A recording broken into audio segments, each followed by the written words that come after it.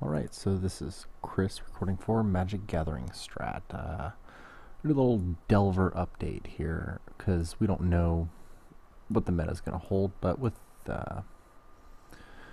Fissure out of the metagame, I felt like Delver needed an update, and so in the new meta, we're going to go with cantrips. We're going to add 4 preordains to the deck. We're going to take out the quicksands. It was mostly a mirror tech, and I'll explain why we're going to take out the quicksands in a second here.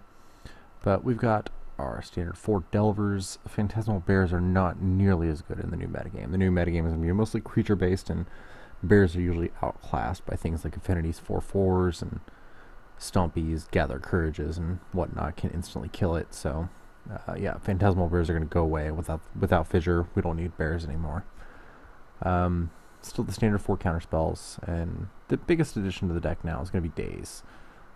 We're going to play 2 of these, and we're going to use, hopefully, the Brainstorm Preordain engine to get rid of excess Dazes in the late game if we make it there. We're going to go with 1 main deck Deprive.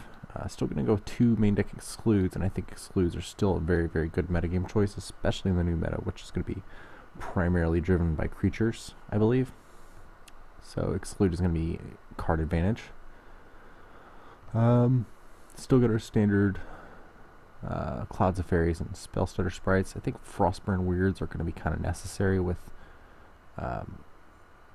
Stompy and Goblins, and I think Mono Black Control is going to make Rats are going to make a big comeback.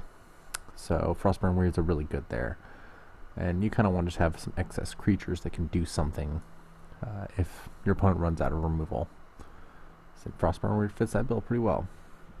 And then we're going to still stick with our 4 ninjas and 4 snaps to control the board. We're only going with 1 gush, and the reason for that is because I'm typically not gushing multiple times in a game, and I think the preordains and brainstorms will help me get to a gush later on in the game.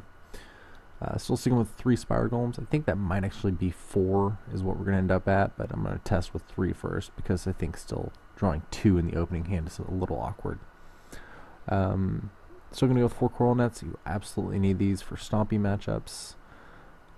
Curse of Chains is going to be a sort of new addition. It's going to be, I think, my way to deal with Affinity.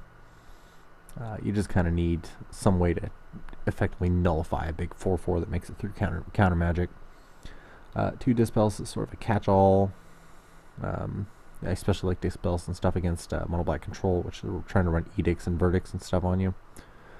4 Hydroblast because, anti-Pyro Blasts, and 2 Serrated Arrows still. And I think it'll be much easier to cast Serrated Arrows whenever I have Preordains in the mix too, to make sure that I'm hitting my land drops.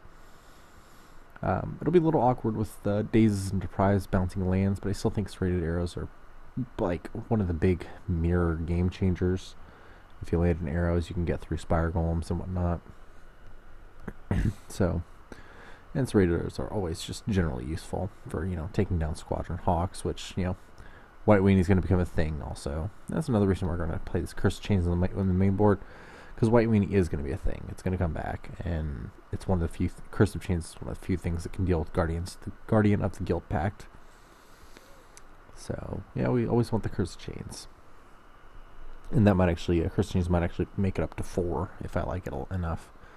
So there's the Delver update. That's probably what I'm going to be playing in the future here, if I stick with Fairies, if I don't just go straight up to Mono Blue Control. But I still think Fairies is strong. It's always going to be strong. It's always going to have these draws that are almost unbeatable, so it is still a strong choice. But I think Dazes are going to be necessary in the new metagame, and they're much stronger without Cloud Post. And Frostburn Weirds are now actually pretty much playable. They're still bad against Affinity, but they're good against Stompy and all the other ground-based creature matchups.